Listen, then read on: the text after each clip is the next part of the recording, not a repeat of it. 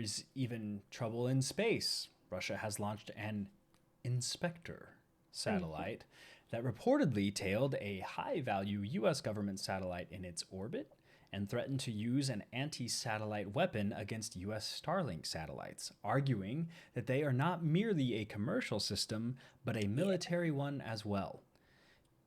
Ukraine has made use of Starlink in its conflict with Russia because it's the internet.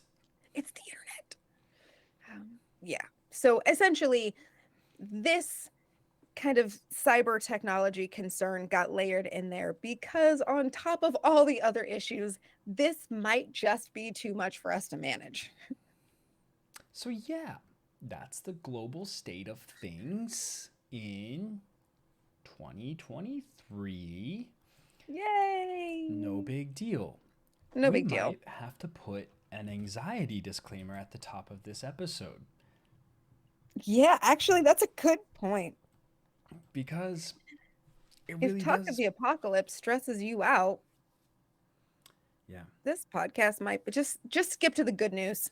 Skip Just to skip straight to it. 56 minutes. Yeah.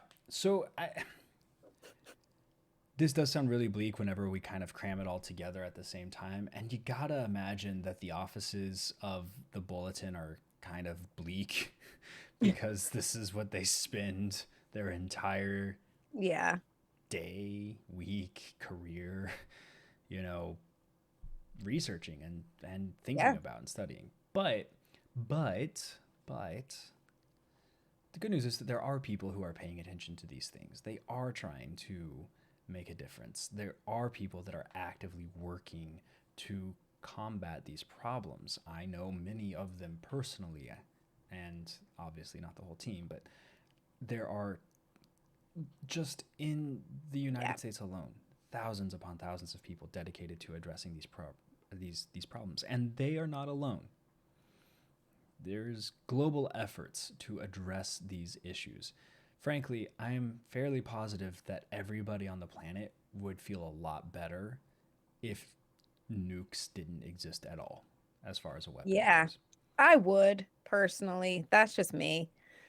But I will say that in reading this report as to why they chose to move the clock, there is a lot of good. There are a lot of howevers. There are a lot of, balancing, especially in the section on climate change. They talk a lot about kind of the co-occurring factors of the emphasis and investment in renewable energy versus the investment that we're spending on fossil fuels. And so, like, because the focus of this episode was to talk about why they moved us closer to midnight, we left some of that out, Yeah. but it's all in the show notes. Like, go check out each one of these individual reports. There's actually a lot of good news in there. And there's a lot that we can do and are doing to manage this. I will say there are a lot of links. There are a lot of sources in this particular episode. Um, it's nice because there was no lack of information for this one. Right. Um, and a lot of them are very compelling reads, very enlightening. I Mm-hmm. found myself reading some very interesting articles about things and discussing things that I had never considered. Uh, and if you're interested in looking for a job, you know the bulletin is hiring. Oh, Yeah, director of individual gifts, I think is the job title. oh. It's part time. It's a hybrid position though, so Yeah, can be that's remote. cool. But Hey, if you have a passion for saving the world and you're really good at convincing people to give you money, that job is for you. I didn't I'm even telling you. realize what that position meant. I had to look it up. But yeah, you're convincing Yeah, people to it's a fundraising give you position. money. That's exactly what it is. Um, but yeah, so Bolton's going strong, and um, I, for one, am grateful for their work. I am. I think that we are better for being aware of these things Hmm. because otherwise we'd just be sticking our head in the sand.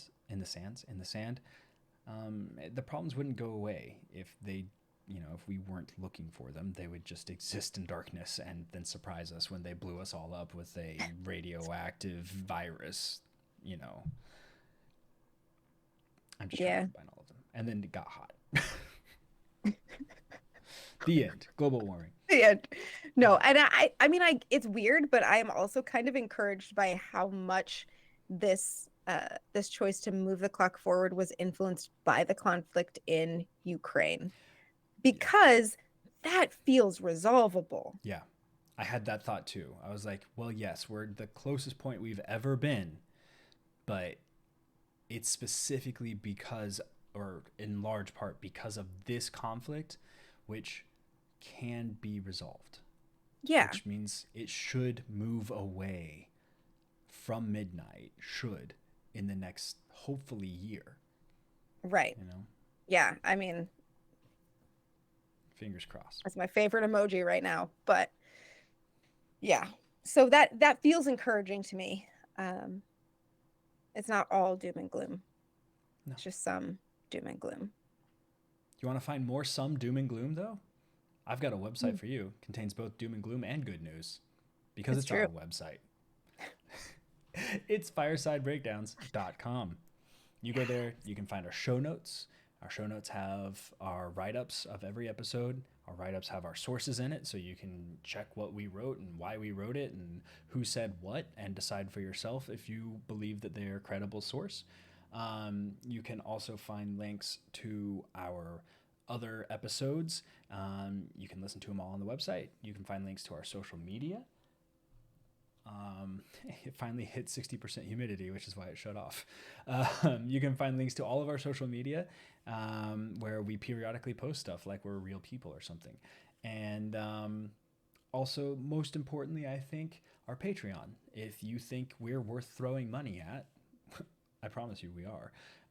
You can throw some dollars at us. You will get in return exclusive content, exclusive access. We're basically monetizing bribery. No, wait, that's what bribery is. We're basically using bribery to fund this bad thing.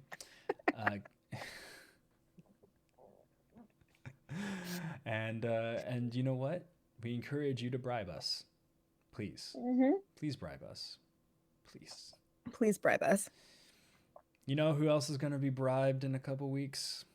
Oh, don't even start it. NFL officials. The Don't NFL's even start rigged. it. Hashtag NFL rigged. No, I'm joking. I'm a Chiefs fan. I know. I've been seeing so many like memes from the perspective of the Bengals. Yep. I almost feel bad. I don't. I don't feel bad at all. Yeah. I don't. Sorry, not sorry. That's our good news for the week. That It the is. Chiefs How made about it to the them Super Chiefs? Bowl. How about them Chiefs? Chiefs Kingdom. Yeah. No, I mean that's not all of our good news, but our good news does have to do with football because damn it, it's our podcast. And we can write what we want. I am I'm hard to handle when I'm watching football. This last game was no exception to the rule. Just apologies to anybody who interacts with me while I'm in the middle of a Chiefs game. Apparently, I thought that being a Chiefs fan was going to be less stressful than being a Vikings fan. Nope. No. If they're not trailing at the half in at least 50% of their games in a season, then they're not even trying. Yeah. But like I've come to expect that as the pattern, right? Like I'm not even worried until we get to the end of the third quarter. But this Chiefs Bengals game was a whole hot mess. But they won, which means that we are looking at a Chiefs Eagles Super Bowl. Super exciting. I picked it way back in week 8. I said it's going to be Chiefs Eagles. Feel really proud about that. Still did not win the work pool, but it's okay. But also, the reason that we are even talking about this is because it is February now. It is Black History Month. Me and my cool black Rosie the Riveter mug are here to tell you that the Super Bowl is about to get a whole lot blacker this year. Yeah. I stole that from Yahoo News. Thanks, Thanks, Yahoo. This is good writing. So this year we will see the first Black woman to have a coaching role in a Super Bowl. Assistant sports performance coach Amber Lockwood, who is with the Philadelphia Eagles, will only be the fourth woman to have a coaching role in a Super Bowl, but she will be the first Black woman to take the field as a coach with her team when they play the game. And plus, also, this will be the first time that two Black quarterbacks have ever faced off in a Super Bowl. So Jalen Hurts, Patrick Mahomes, both Black men, and they will be facing each other in the Super Bowl, which will have a halftime show by Rihanna. Basically, it got real melanated real fast, and we're here for it. I'm supporting. I'm actually shocked that it's the first Super Bowl with two Black quarterbacks. I am too. I actually had to Google it. Yeah, but I believe it. The more I thought about it, the yeah. more I realized that quarterback has been a traditionally white dude role. Yeah. As soon as I started thinking about it, I was like, oh man, I really can't think of that many. Yeah, at least like the star quarterbacks, the ones that get the attention. Yeah.